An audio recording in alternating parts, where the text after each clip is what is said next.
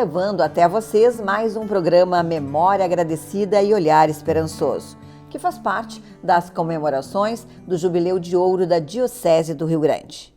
Mostramos neste programa testemunhos de pessoas que fizeram ou fazem parte da Diocese do Rio Grande. É uma maneira de resgatar essa história e agradecer a todos que dela participaram. Começamos o programa Memória Agradecida e Olhar Esperançoso com a oração jubilar. Pai de bondade que nos levas à plenitude, nós a Ti louvamos, porque por meio de Teu divino Filho, Jesus Cristo, edificaste a Igreja sobre o alicerce de Pedro, humilde pescador, escolhendo juntamente com ele outros apóstolos a segui-lo. Pela Tua palavra que nos ilumina, confiamos que também a nós é dirigido este convite. Queremos ser Teus discípulos missionários, vivendo em comunidade, num só coração. Envia-nos para que todos tenham vida e a tenham em abundância. Que Teu Espírito Santo, infundido em nós pelo batismo, nos torne Tuas corajosas testemunhas. Interceda por nós a Santíssima Virgem Nossa Senhora de Fátima. Amém. No programa de hoje teremos o testemunho de Faraildes Alta de Ávila, que há muitos anos se dedica ao movimento cristão na Diocese do Rio Grande. Faraildes nasceu em Rio Grande, tem 71 anos. Estudou na Escola Barão do Cerro Largo e Getúlio Vargas. Graduada em História pela FURG e pós-graduada em História do Brasil na Universidade Católica de Pelotas. Foi coordenadora na 18ª Coordenadoria Regional de Educação, de 2008 a 2010. Faraildes foi criada em um lar cristão. Seus pais incentivavam sua participação na Igreja Católica e recebeu a primeira Eucaristia aos 8 anos de idade. Faraildes é professora aposentada, atualmente se dedica à pintura e sempre participou da Paróquia Sagrada Família no bairro Cidade Nova de Rio Grande. Faraildes, nos conta um pouquinho sobre a tua família, essa tua vivência cristã. Começou realmente dentro da tua família? Exatamente, dentro da família. Minha família toda era católica, né? Principalmente o vô, que era uma pessoa de... Ele era daquela pessoa que ele ia à missa uma vez por ano, mas a missa do Galo era a missa que ele achava que devia frequentar. Mas a gente sempre foi estimulada a participar da igreja, né? Muito tempo eu frequentei a missa das crianças que o Padre Beró fazia na Sagrada Família. Conheci o outro padre antes dele também. E na verdade, a minha mãe sempre foi muito religiosa, né? Muito devota de Nossa Senhora. E para ela, na condição de viúva, né, que ficou viúva cedo, com 2 filhas pequenas, ela sempre se segurou muito na Nossa Senhora para resolver os problemas que a gente ia tendo. Então, problema de conseguir material escolar, problema de dela precisar trabalhar e não poder acompanhar a gente. Então, isso sempre foi uma coisa que nos deu muita ideia da força que a Nossa Senhora dava para nós, né? E a gente, então, sempre foi muito devota, né? A minha irmã mesmo tinha bronquite e a mãe sempre rezava para Nossa Senhora pedindo para ela melhorar e ela aos poucos foi se curando e melhorou. Então, assim, a gente foi criada numa família que, vamos dizer assim, não era de estar na igreja todo o tempo, mas que ensinou para a gente todos os princípios cristãos, né? A caridade, a solidariedade, o auxiliar os outros, não querer mal de ninguém. Então, isso a gente sempre ouviu muito. E aí fizesse a primeira comunhão bem cedinho, com 8 anos já. 8 anos, eu estava recém me alfabetizando. E aí nós começamos lá na auxiliadora, a catequese na auxiliadora tinha muitas crianças, mas porque depois da catequese a gente podia ir ao cinema, que ficava atravessando o pátio, né? Então a gente ia para o cinema. Mas foi um período muito bom, era um grupo muito grande, acho dividido em 2 ou 3 catequistas, E a gente fez a primeira comunhão, eu fiz a primeira comunhão entre 8 e 9 anos, assim, eu acho que eu já tinha completado 9 anos quando foi feita a primeira comunhão, que ela foi no mês de novembro, acho. Bem, aí a vida profissional te decidisse a ser professora. Como é que veio isso tudo? É professora do estado, né? Depois fizesse pós-graduação, escolhesse história. Fala um pouquinho sobre isso. Eu sempre quis ser professora. Tanto que nas brincadeiras aqui da infância, eu era professora dos grupinhos de escola que a gente formava na brincadeira. Então, eu sempre quis muito isso. E quando eu fui para a faculdade, eu trabalhava. Eu trabalhei na Relojaria Oliveira desde os 17 anos, então eu trabalhava todo dia e estudava à noite. E era muito difícil fazer tudo durante a semana, então sábado e domingo era o tempo de estudar, era o tempo de botar em dia as coisas da escola e tal. E o gosto pelo magistério ele foi ampliando à medida que eu comecei a trabalhar, porque eu trabalhei 10 anos no Joana d'Arc. E o Joana d'Arc foi um lugar assim que eu me senti muito acolhida, né? Muito, muito acolhida. E quando eu fui trabalhar no Estado, eu já fui nomeada para ir para o Juvenal Miller, em função daquilo que o Joana d'Arc informava do trabalho que eu fazia com os alunos, dos alunos também. Então, aí eu continuei, terminei a faculdade, fiz estudos sociais, história, e depois eu fui fazer pós-graduação em Pelotas, e a aula era sexta à noite, sábado, todo dia. Então, eu terminava a minha aula no Juvenal, já ia de mala, né? E depois dali eu já ia para o ônibus de Pelotas para a gente fazer a pós-graduação. Foi um período assim, de muito, muito sacrifício, eu não sei hoje se eu teria condição, né? Porque na época eu tinha 5 conteúdos diferentes, trabalhava com 5 conteúdos diferentes e tinha 23 turmas. Então era muito trabalho. E mais a pós-graduação, né? Então era muito, muito trabalho. Não era fácil, mas era muita vontade. Eu tinha muita vontade de fazer isso, de vencer assim. E eu acho que na minha carreira profissional eu fui construindo degraus com o meu trabalho, né, até chegar à posição de coordenadora de educação, né, que também não foi uma coisa que eu planejei, porque a minha preferência sempre foi sala de aula. E sempre trabalhei com adolescentes, então sempre gostei muito desse trabalho. E quando, no movimento aqui da paróquia, com o padre Gil, surgiu a ideia de fazer um curso de teologia popular franciscana, que era dirigido lá pela Escola de Catequese Renovada. E aí o padre Gil me estimulou muito para que eu fosse fazer, junto com outras pessoas da paróquia também. E eu me encontrei muito porque eu pude aprender que aquilo que eu sabia da ciência e história se aplicava na história da religião, na história da Bíblia. Todas as coisas da Bíblia são explicadas na história, não tem nenhuma fantasia em nada, né? E isso foi aprofundando muito a minha fé. E aí foi surgindo a vontade de fazer um serviço mais intenso dentro da paróquia.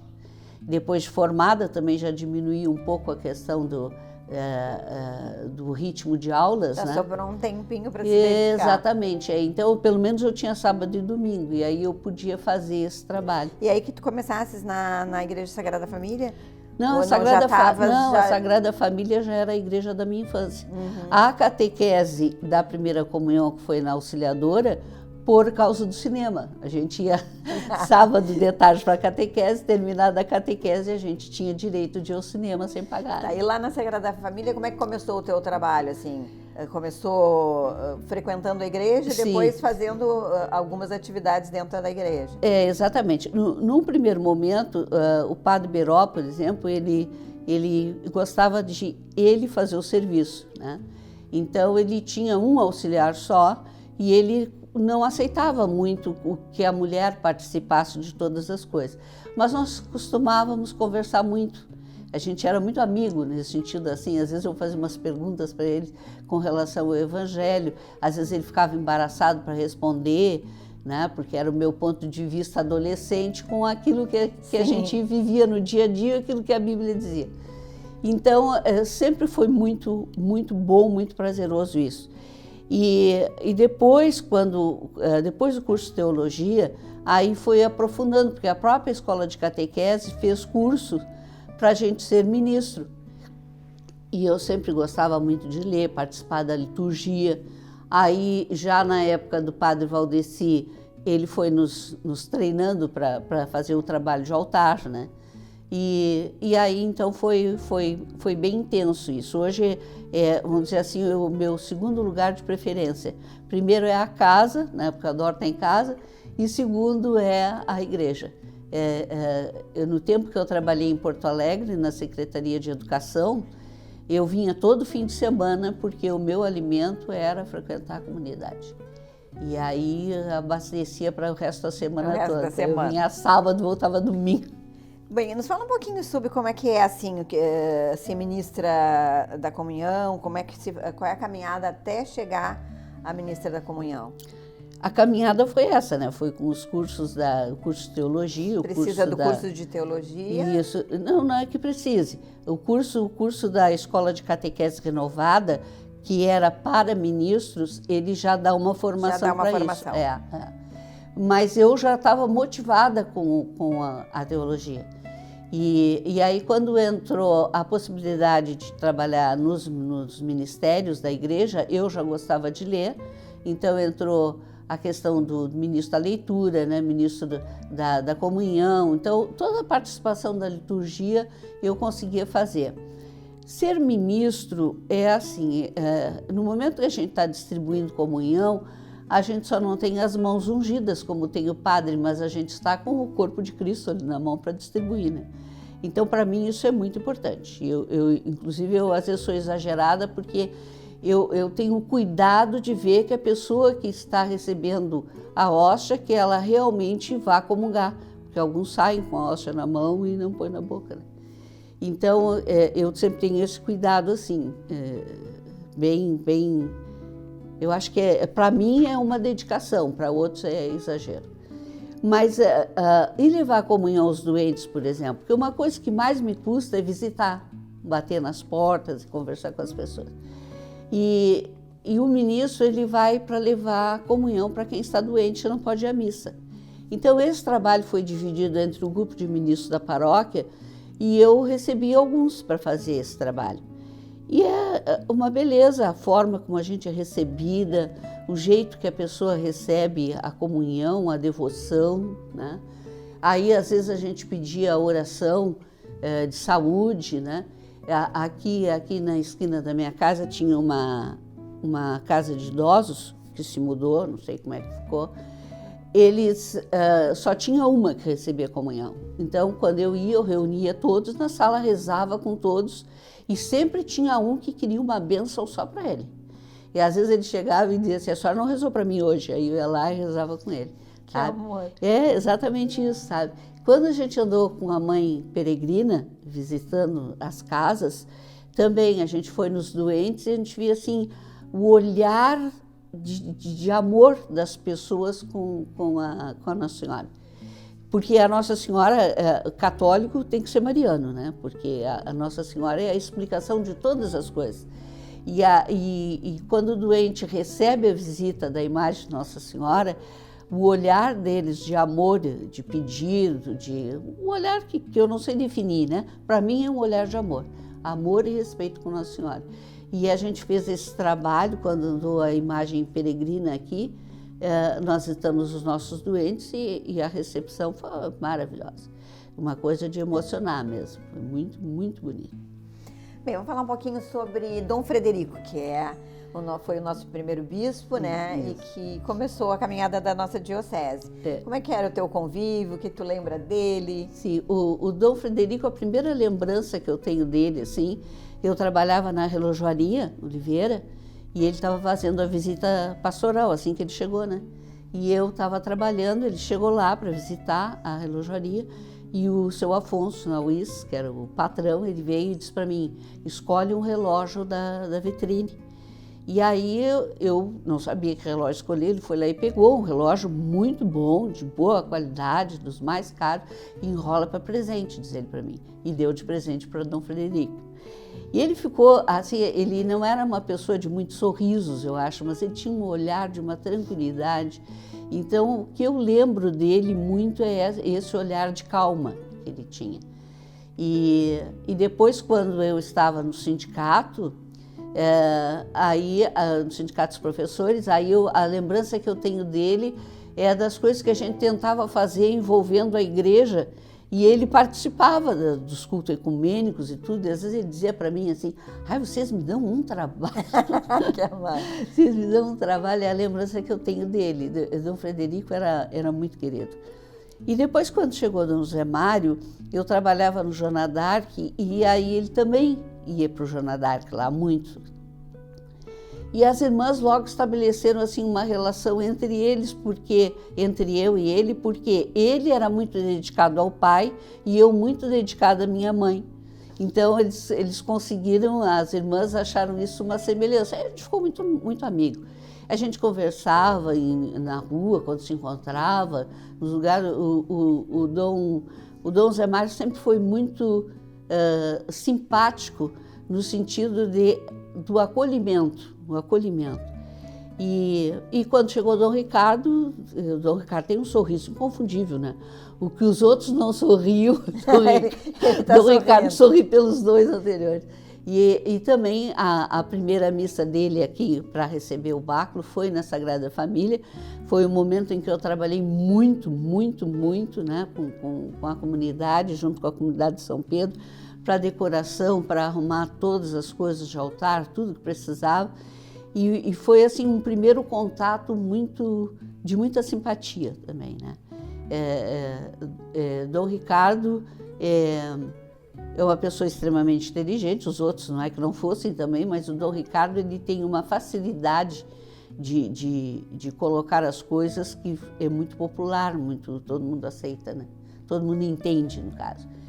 Então, dos 3 bispos eu tenho excelentes lembranças, né? Foram momentos muito bons, até porque eu trabalhava e estudava, eu não tinha tempo de estar dentro da igreja todo o tempo, né? Mas aos poucos essa relação foi me levando a condições dentro da diocese. O Dom Zé Mário contava nos dedos o dia que eu ia me aposentar para me colocar na Cáritas. Aí eu assumi a Cáritas por 2 anos, né? 4 anos foi. Era 2 anos o mandato e mais 2. E a gente eu ia muito aos lugares em que a Cáritas precisava estar, em trabalhos de caridade, de outras oportunidades, no nosso caso aqui junto dos pescadores e tal. Mas não tinha muito, como é que eu vou dizer assim, a gente não conseguia formar um grupo que pegasse firme na atuação, né? Quando no Povo Novo começaram a trabalhar com o programa de sementes nativas, eu várias vezes tentei conversar com eles para eles incluírem na Cáritas esse trabalho e nunca quiseram. E os pescadores, houve um tempo em que eles recebiam muito auxílio de São José do Norte, das irmãs que trabalhavam lá em Bojuru, para confecção de redes e coisas desse gênero assim. Eu procurava participar de tudo. Fui várias vezes visitar os quilombolas, lá em Tavares, não, Bojuru, e procurei sempre colocar aquele grupo dentro do conjunto da Cáritas. A nossa representação, pelo menos do tempo em que eu fiquei ali, sempre foi muito boa. Eu nunca deixei de ir a coisa nenhuma que a Cáritas chamasse, colocando a Diocese de Rio Grande no mapa, né? Claro. Porque todos eles admiravam muito e gostavam muito de Dom José Mário. Mas o papel da Cáritas, assim, com representantes, eu levava com essa ideia de que, olha, está aqui presente a Diocese de Rio Grande. Bem, como é que tu viu essa caminhada, assim, esses 50 anos? Tem alguma coisa que te chamou a atenção? Olha, são 50 anos, né? Coisas, muito tempo, de né? todas as coisas da Diocese, de todas as realizações, o que eu fiquei mais impactada foi com a atitude da igreja agora na pandemia. Porque o ato de responsabilidade de não deixar as pessoas se aglomerarem, de fazer a coisa como tem que ser, foi uma coisa muito, muito importante. Então, de todas, inclusive eu acho que saiu na Zero Hora um editorial que dizia assim, que de todos os setores da sociedade, os que tinham mais acertado a questão do isolamento, do uso de máscara, do cuidado que as pessoas tinham que ter, foi a Igreja Católica. E era verdade, porque o nosso trabalho, o trabalho que eu digo enquanto diocese, né, de deixar firme a capelinha que eu sou missionária, ficou ali na minha casa, né? Então, volta e meia eu ligo para as famílias que recebem a capelinha para dizer para eles, olha, estou aqui rezando por vocês, a gente reza todos os dias o terço e na intenção das famílias que recebiam a capelinha, faz 2 anos que ela está ali. Então, e aí quando recomeçar, a gente vai ter que refazer os quadros, porque algumas pessoas já morreram nesse período, né? Então, eu acho que de todos os 50 anos de coisas maravilhosas que a Diocese fez, foi esse do respeito ao isolamento. E de também não deixar de chegar, né, até as Exatamente, famílias, né? Exatamente. O trabalho do padre continuou, né, igual. Né? Então, o fato das pessoas irem na igreja separadas, ou lá, aqui na minha paróquia mesmo, a gente se abraça, se beija, se cumprimenta, conversa muito. Dom Zé Mário sempre que dizia assim para mim, vocês só conversam, todo mundo conversa. E era assim, uma estava ajoelhada para conversar com a outra que estava sentada no banco da frente. Então, era uma comunidade que se dá muito bem, né? E aí, claro, quando de repente a gente só faz assim, um abaninho, né? Então, para respeitar a decisão. A igreja teve fechado um tempo, eu como sou de idade e diabética, eu passei 6 meses sem ir na igreja. Eu assisti a missa pelo WhatsApp, ou no Facebook, WhatsApp e aqui na televisão. A missa de Aparecida eu seguia sempre. Mas eu sentia muita falta da comunhão, sentia muita falta de estar lá, né? Então, o que aconteceu? Quando foi, acho que agosto, eu precisei, o ano passado, de tratamento dentário. Eu digo, bom, já que eu estou saindo para arrumar os dentes, eu vou na missa. E aí foi muito bom, foi muito bom. E voltar foi muito bom, assim. E ver isso, quanto as pessoas estavam respeitando aquela decisão de se cuidar. A gente sempre tem uma pergunta, né, que é como a pessoa faz para perseverar na fé, mas tu já nos deu vários indícios de como, né, que tu persevera na fé. Tem mais alguma coisa que tu acha que é? Na verdade, assim, para mim, o que é a fé? A fé é ter confiança. E eu tenho muita confiança. E eu confio em Deus, né, e na proteção da Nossa Senhora, sempre. Eu digo que eu costumo não ter medos, porque na Bíblia diz muitas vezes, né, não temas, não tenhas medo, não tenhas medo. Então é assim, não tenho medo de estar sozinha, não tenho medo de sair se eu preciso, mas eu sempre chamo o meu anjo da guarda para ir comigo, né? Então a confiança em Deus é aquela confiança assim, nada do que me acontece sem o conhecimento de Deus. Alguma coisa, alguma lição eu tenho que tirar dali, né? Então é nesse sentido assim, eu tenho muita confiança, muita confiança. E isso eu acho que é o tônico da fé, né? Confiar é ter fé. E esperança? Como é que tu vislumbra a esperança? Pois é, a esperança é que é a coisa mais abalada que eu tenho. Porque esperança, a gente tem esperança de que melhore, a gente tem esperança de que as pessoas entendam o valor de Jesus na sua vida, a gente tem esperança que as pessoas entendam que nós não somos adoradores de imagem, que a gente tem na imagem, como tem uma fotografia, como tem, né? As imagens são assim. E principalmente esperança de que essa pandemia tenha trazido para o mundo uma outra ideia, principalmente a da família unida, porque estava bem difícil, né? Bem, as pessoas muito separadas. Eu acho que a história revela que cada vez que houve uma pandemia que matou milhões de pessoas, houve alguma mudança. E logo depois as pessoas caíam na rotina de novo e aquilo virava uma situação de retorno ao passado, como aconteceu agora, e por isso que estamos todos isolados de novo, né? Que é assim. Uma vez eu li uma profecia de Nossa Senhora de Fátima que dizia isso: virá um tempo em que você não vai poder abrir a porta para ninguém, né? Se a gente olhar a Bíblia, ela vai dizer, antes de entrar na tenda, lave as mãos, lave os pés. Então, para não carregar doença para dentro de casa, né? Para dentro da tenda. Né? Então, isso está escrito em todo lado, existe isso. É que a gente acaba se esquecendo. Então, hoje nós temos no mundo um grande número de igrejas católicas fechando. E no Brasil acontece o contrário, estão construindo igrejas. Então, o nosso povo gosta de experimentar muitas coisas, né? Mas a Igreja Católica aqui continua forte. Bem, uma mensagem final assim que tu deixa para a Diocese do Rio Grande nesse ano jubilar. O que eu desejo é outros 50 anos, né? Com muito trabalho. Os nossos pastores são pessoas de muita fé, de muita espiritualidade, né?